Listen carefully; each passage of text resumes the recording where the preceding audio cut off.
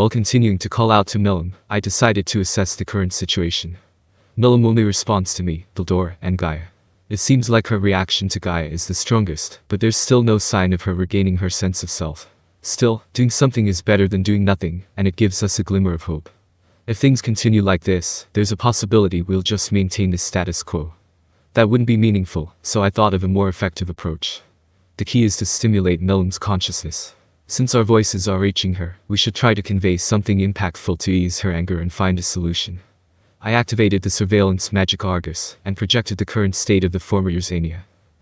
Frey and the others have been revived too. What was projected was an unexpected scene.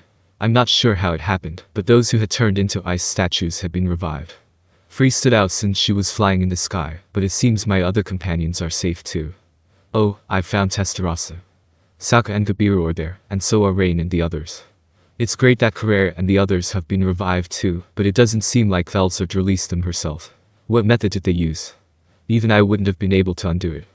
No. It should have been possible somehow. The fact that you say should makes it sound unreliable. Seal's competitive spirit is as strong as ever, but now isn't the time for arguments. Good work. How's the situation on your end? I called out to Tensura.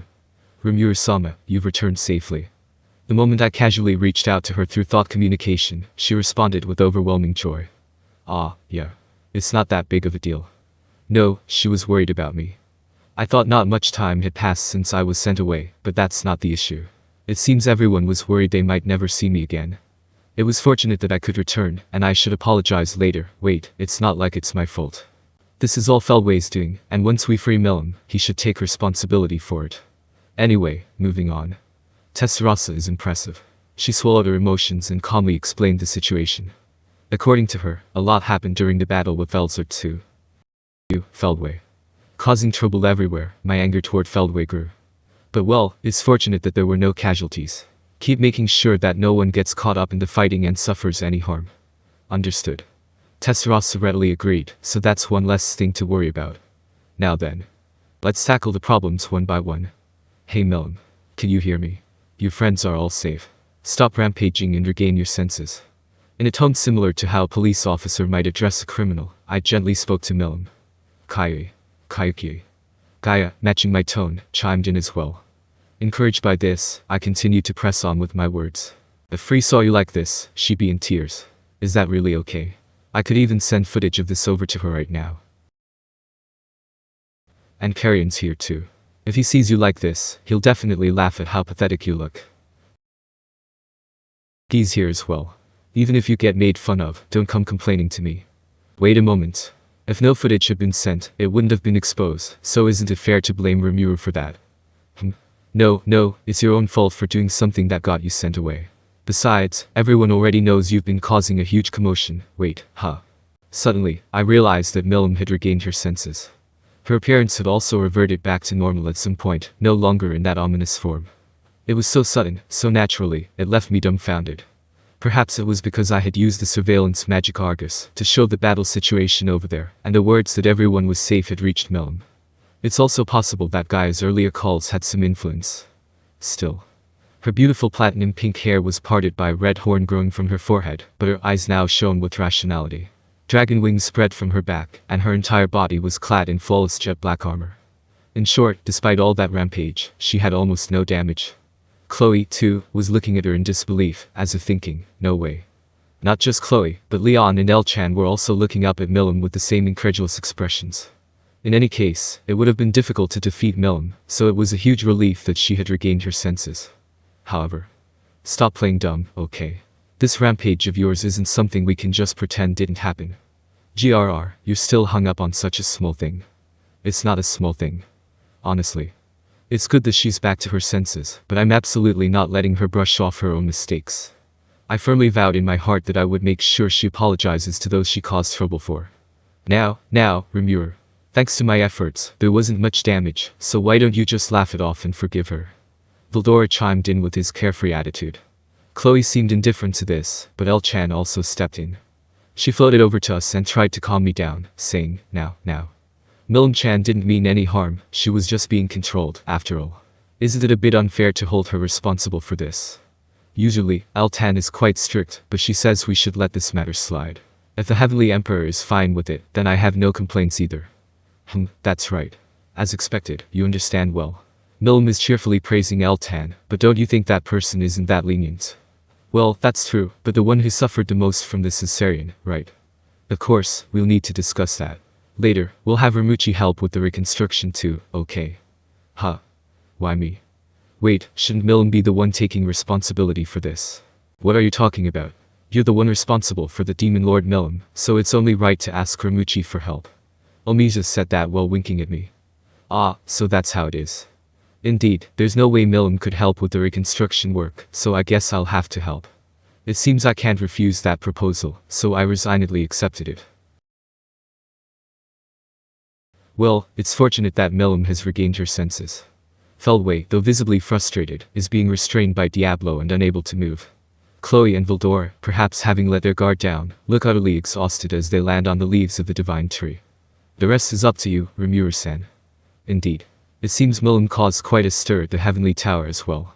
Something troublesome seems to have appeared, and I'm more concerned about that. Oh, come on. Mililm, you went and did something at the Heavenly Tower too, huh? I don't know anything. I didn't do it. Whether she did it or not, there's no room for debate here. It's unanimous, Mililm is guilty. You know, according to the information I have, Mililm-chan unleashed Drago Nova at the Heavenly Tower too. L-chan said this with a sweet smile. Hey, what the hell did you do? I don't know. It's not my fault. You clearly went all out.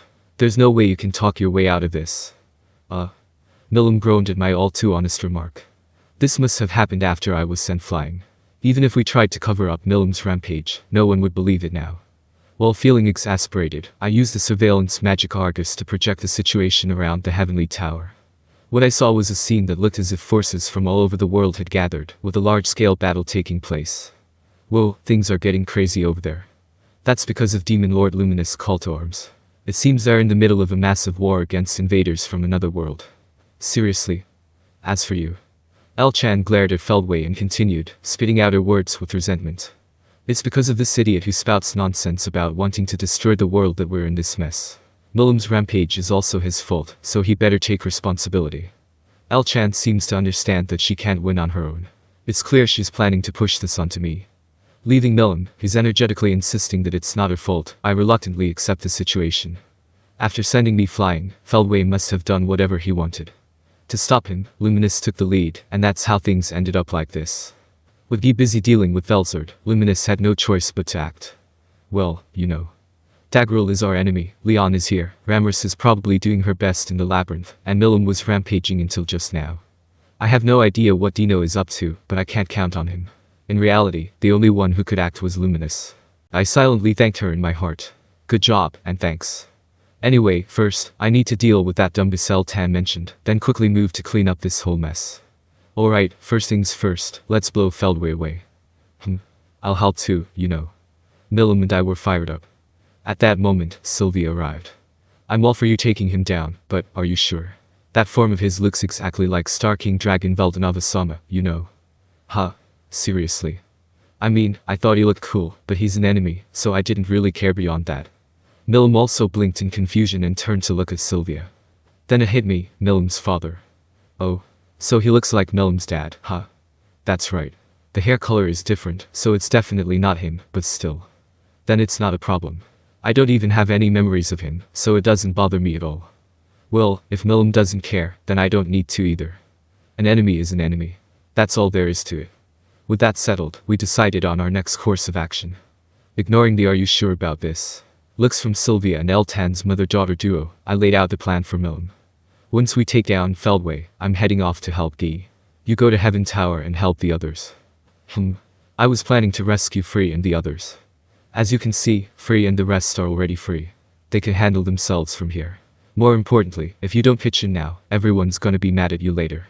After a moment of hesitation, Milim nodded. Oh okay. Velzard is strong, but well. Guy and Rimuru should be fine. She must have realized how serious the situation was. She was probably worried about us, but with Guy there, things should be alright. Exactly. We could leave my sister to Rimuru. That being the case, I shall accompany Milim. Coward. I had planned on leaving Xian and the others under Vildor's care anyway, so it wasn't a problem. Still, I made sure to warn him. That's fine, but you do realize Valgrand is over at Heaven Tower, right? She seems on edge, so try not to piss her off. On edge, or maybe wary of something. Following Valgrand's gaze, I spotted a small child. A child. Sitting on the shoulder of a giant monster, their legs dangled freely. It was so out of place, so eerie. It appears to be the world-destroying dragon, Iverge. I see, that makes sense. The stage of preventing its appearance had long since passed. At this point, the only options were to defeat it or drive it away. Who would I ever do something to anger my elder sister? No way. He's getting weaker by the second, is he going to be okay? Well, that's Feldway's problem. Iverge seems to be stronger than expected, so don't let your guard down. Leave it to me. They are no match for me. Yeah, these two should be fine. That settled it, I should get rid of Feldway as soon as possible. With that thought in mind, I moved to assist Diablo, but then... isn't this one-sided? Indeed. Diablo has won.